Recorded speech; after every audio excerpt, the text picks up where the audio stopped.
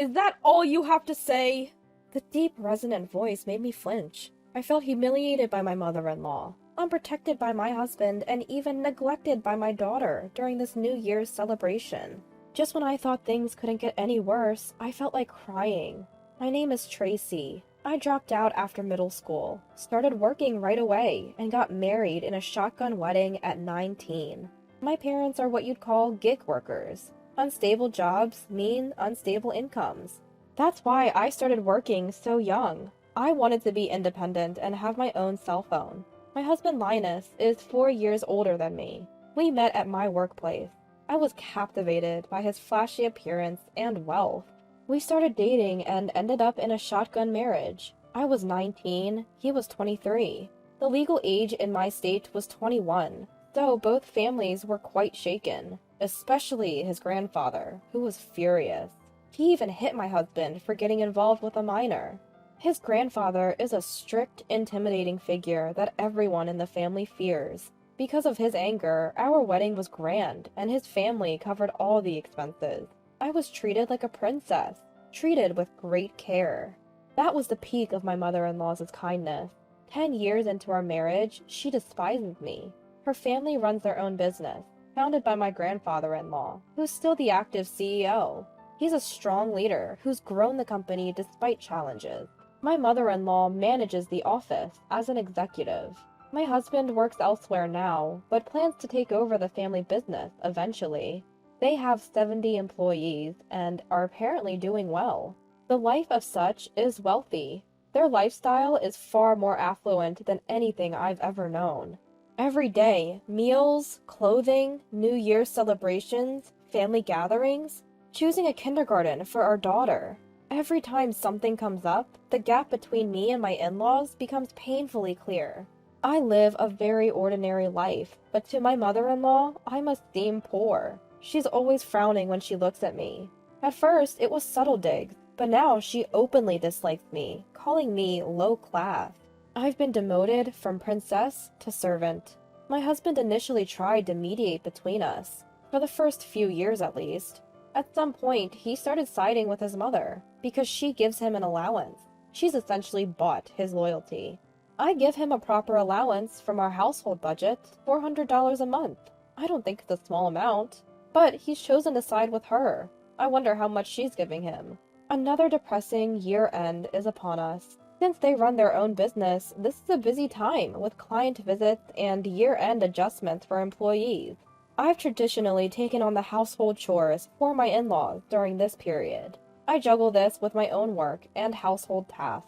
Tracy, make sure the laundry is done. Don't mess up the fabric softener for the towels. And the car needs washing.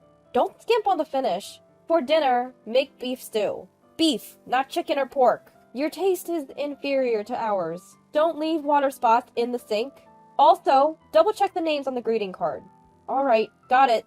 I might as well be a housekeeper. If I were getting paid, I'd be more motivated. But there's not even a word of thanks. It's disheartening. Yet my mother-in-law, who claims she's too busy with work to handle household chores, somehow finds the time to critique my housekeeping. If I cut corners, she complains. It's a hassle. Ugh, car washing, huh? I guess just sticking it in a car wash won't cut it. It has to be spotless inside and out to pass her inspection. Washing a car in the cold at the end of the year is the last thing I want to do. It's depressing. My daughter's school is on winter break. Christmas is over, and the last day of the year has finally arrived. The exhausting end-of-year servitude is finally over. This is the end of my work at my in-laws' house. My duties at my in-laws' are done until next year's holiday season. Or so I'd like to say. But New Year's brings its own set of tasks. Various people come to my in-laws for New Year's greetings.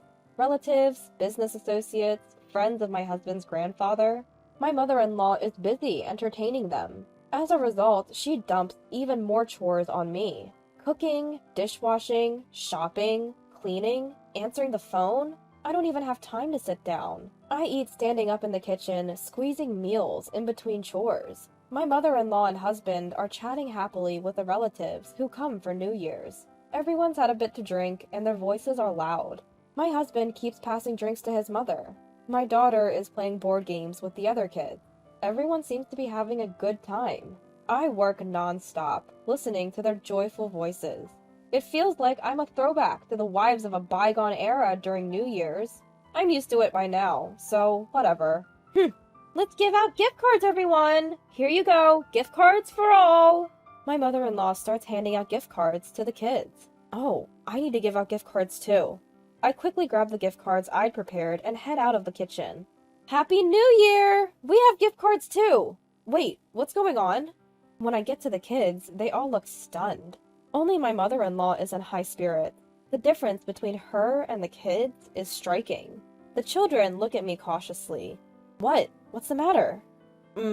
Well... The oldest boy starts to say something, but stops. He looks at the gift card in his hand, then at my daughter, who has nothing. All the other kids have cards too. My daughter looks down, her face sad. Tracy, starting this year, we won't be giving your child a gift card. Oh, is that so? If there's none, there's none. But why single out my daughter? And to announce it like that in front of the other kids? That's just cruel. The other kids look confused too. Whether she notices or not, my tipsy mother-in-law cheerfully says, "That's right, a gift card from our family would be too much for the child of a dropout." What? I'm stunned by her unexpected words. What? Because I'm a dropout, you'll give to the other kids, but not my daughter? You're discriminating against my daughter for that reason? Discrimination sounds so harsh. It's a natural distinction. I've learned what kind of a person a dropout is over these 10 years. Your daughter probably has the same low-level tastes as you, so it's nonsense to spend money on her. What's natural about that? My being a dropout has nothing to do with my daughter. I lost my cool and yelled, forgetting all formalities. My mother-in-law's eyes widened at my lapse in decorum. Well, what's with that tone? Who cares about tone right now? No parent would stay quiet when their child is insulted. Insulted? Who do you think you are? Your only asset is your youth. You have nothing else. You're a dropout who can only do housework. I'm an executive in a company, far more accomplished than you. That has nothing to do with our daughter. You said something terrible to her. Apologize. And you! Say something! Huh? Me? My husband was snacking on fruit on the sofa. His own wife and mother are arguing, and he's just chilling? Is he dense? What an idiot. Well, about the gift card, He popped another piece of fruit into his mouth, then mumbled, "Why don't you give some money to Mom? You're always relying on her." What? You're the one getting an allowance and relying on her. Can't you see our daughter is hurt? She's right in front of you, in plain sight, from that sofa. The issue here isn't about the gift card, it's about how mother-in-law is hurting our daughter. My son has a point. You should show respect to your in-laws, even if they're just that by marriage. Would you like to take the small amount gift card you're holding? My mother-in-law laughed haughtily. My husband was only interested in his fruit. This is the worst. What's with this mother-son duo?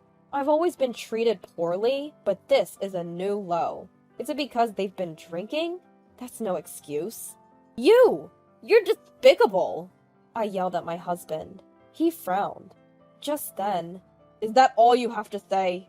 A deep, resonant voice made me flinch. It was grandfather-in-law, who had been silent until now. He was sitting deeply in the sofa, eyes closed, yet he exuded an overwhelming presence. I thought I had already hit rock bottom this New Year's, being ridiculed by my mother-in-law, unsupported by my husband, and neglected by my daughter. Could something else happen? I felt like crying, but I couldn't back down. No, there's more! Yes, I'm a dropout. Yes, I don't have an education, but I work hard. Saying I can only do housework because I'm a dropout is a prejudice, and it has nothing to do with my daughter. When I talked back to grandfather-in-law, my husband looked shocked. Like, are you insane for talking back to scary grandfather-in-law? My mother-in-law was smirking. She must be imagining me getting put in my place by grandfather-in-law. All right, I understand, Tracy. I get your point. Grandfather-in-law slowly stood up and clenched his fist. I braced myself, closed my eyes, and looked down. Ouch! The one who screamed was my husband. Grandfather-in-law had swung his fist down onto my husband's head. My husband was disoriented by the sudden pain. I was stunned. So was my mother-in-law. Grandfather-in-law looked furious. You big idiot! What are you doing sitting on the sofa? Huh? While your wife and daughter are being insulted, you do nothing? Explain yourself. Well, it's true that Tracy is a dropout. If you're going to say that, then I'm a dropout too. I know, but you know I'm a dropout, yet you still belittle people for it? Grandfather-in-law's voice, filled with anger, made my husband's eyes widen. He might have known about grandfather-in-law's educational background, but clearly didn't think it was important. Grandfather-in-law then turned to my mother-in-law. I dropped out of middle school and went straight to work. I saved money and started a company. If what you say is true, then I'm also a useless person who can only do housework. Don't think you can insult me and get away with it. Grandfather-in-law is a man who returns favors and holds grudges. He built his company with that indomitable spirit, and now he's angry, feeling insulted. My mother-in-law started to stammer her defense. No, it's different. I didn't mean to insult you, Dad. I was just saying that Tracy is a dropout. As she said dropout again, grandfather-in-law's face grew even more menacing. Don't think I'll let you forget the struggles I've been through. Do you know how hard it was to be looked down upon by competitors and clients just because I'm a dropout? Yes, I know, but... My mother-in-law was taken aback. Grandfather-in-law was erupting like a volcano. His explosive anger was terrifying.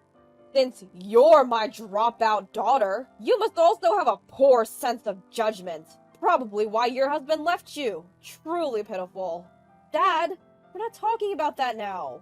I thought you would have learned your lesson after the first painful experience. Have you forgotten how much you had to pay your ex-husband in emotional damages? You haven't changed. Pathetic. My mother-in-law had a past where her spouse left her, which happened when my husband was in high school. She considers her divorce a stain on her life and gets upset when it's mentioned. I never asked for details. But from grandfather-in-law's tone, it seemed her personality was the issue. I saw relatives who had come for New Year's greetings quietly leaving. What an unfortunate start to the year for them. Spending money on you, who never learns from her mistakes, is nonsense. Once the New Year's holiday is over, you'll be removed from your executive position. You'll switch to part-time. What? My mother-in-law let out a voice of despair, but she couldn't defy grandfather-in-law, who held absolute power in this house. Linus, you're always relying on Mom, right? Yeah? Then you should be the one giving her money. You're the one most taken care of. What? You said it yourself earlier. Was that a lie? Faced with grandfather-in-law's piercing gaze, my husband frantically pulled his wallet from his back pocket. A high-end, beautiful wallet, bought with the allowance from his mother. In his haste, the wallet dove into a glass of liquor on the side table, getting soaked. My wallet was soaked. He pulled out damp bills and handed them to my mother-in-law, who pinched the wet money between her fingers. Mother-in-law picked up the liquor-soaked bill with his fingers. Now, you're next. Grandfather-in-law's eyes locked onto my mother-in-law. He looked like a lion eyeing its prey. You're also taken care of by me. You have something to give, don't you? Yes. My mother-in-law ran to her bag and pulled out her wallet. In her haste, the wallet slipped from her hands and fell to the floor. Here's a rerun of my husband's behavior. I took the money he gave me and handed it over to grandfather-in-law. Thank you for always being so kind to us. Mother-in-law snatched the money and grandfather-in-law handed it to my daughter. Frozen by the adult confrontation, my daughter looked up at grandfather-in-law with fear. Grandfather-in-law spoke in a low, authoritative voice. This is a gift card from me to you. Use it for something that benefits you. My daughter was astonished by the wad of bills, an amount she had never held before. Tracy? Yes. I straightened my back as I responded. It's my turn now. I'm scared of what he might say. Honestly, I'd rather be nagged by mother-in-law. As I waited nervously, grandfather-in-law softened his voice a bit. Tracy, would it be alright if your daughter and grandchild go back to your family home? If it's okay with them, take some food and celebrate the new year there. I have to talk with these two fools. I think that would be fine. Even if my family says no, we're going. It's okay. What grandfather-in-law pointed to was a special New Year's meal. His house, always busy with New Year's visitors, had ordered several such meals. It was the most luxurious one. I braced for mother-in-law's objection, but she seemed preoccupied with what grandfather-in-law would say next. She didn't react at all. I quickly wrapped up the food and cleared the table. My daughter helped me. Then grandfather-in-law said, "Let your daughter and grandchild do it. Go quickly." As soon as grandfather-in-law said that, mother-in-law and my husband hurriedly stood up and started gathering the dishes. My daughter and I exchanged the glances and left. My parents were surprised by the sudden visit, but welcomed us warmly. The New Year's celebration at my family home was simple, with no decorations. The meal was also simple, and of course, there was no alcohol. Then came the lavish meal we brought. My parents were delighted and called my in-laws to thank them. Mother-in-law's voice on the phone sounded weak and deflated. My daughter and I stayed for 2 nights and returned home. For the first time since getting married, we had a relaxed New Year's celebration and felt happy. When we got home, a lot had happened. First, my husband and mother-in-law had been severely scolded by grandfather-in-law and had become meek. They stopped complaining and making snide remarks. My husband also stopped siding with mother-in-law. Furthermore, my husband had lost his path to eventually taking over as president from grandfather-in-law. Grandfather-in-law had nominated a successor from among the employees. The person chosen had contributed to the company for many years and was trustworthy. He was well-versed in the business and had the employees' trust. Honestly, I think the company is safer in his hands than in my husband's. As promised, mother-in-law was removed from her executive position and fired before the New Year's break ended. She was rehired as a part-time employee at grandfather-in-law's company. The administrative tasks mother-in-law had been handling were delegated to someone else. That person turned out to be more efficient and accurate than mother-in-law. Between the new president and the smooth transition of mother-in-law's duties, I'm truly impressed by grandfather-in-law's talent in human resources. He's a strong leader, no doubt about it. Mother-in-law's income took a nosedive after she lost her executive position. As a result, my husband no longer receives an allowance from her. The employees who used to flatter mother-in-law for being the boss's daughter have also changed their tune. They're keeping their distance, not wanting to incur the boss's wrath. Mother-in-law has lost the platform where she used to strut around. Now she's working quietly, humbled. My daughter has become more critical of my husband. He didn't defend her when mother-in-law said terrible things, and that's the reason. It's his own fault. After being told by mother-in-law that all I could do was housework, I made up my mind. I started attending a correspondence high school. I used to do housework while my daughter did her homework. But since that incident, my husband has been more proactive about doing chores, freeing up some time for me. I've been using that time to study. My daughter smiles when she sees me studying. She started helping with the housework voluntarily and shares more about her school life. I realized something during this New Year's confrontation with mother-in-law. I had given up on myself, thinking I was just a dropout. Well, it's time to shake off that mindset. Aim for valedictorian. I can do it.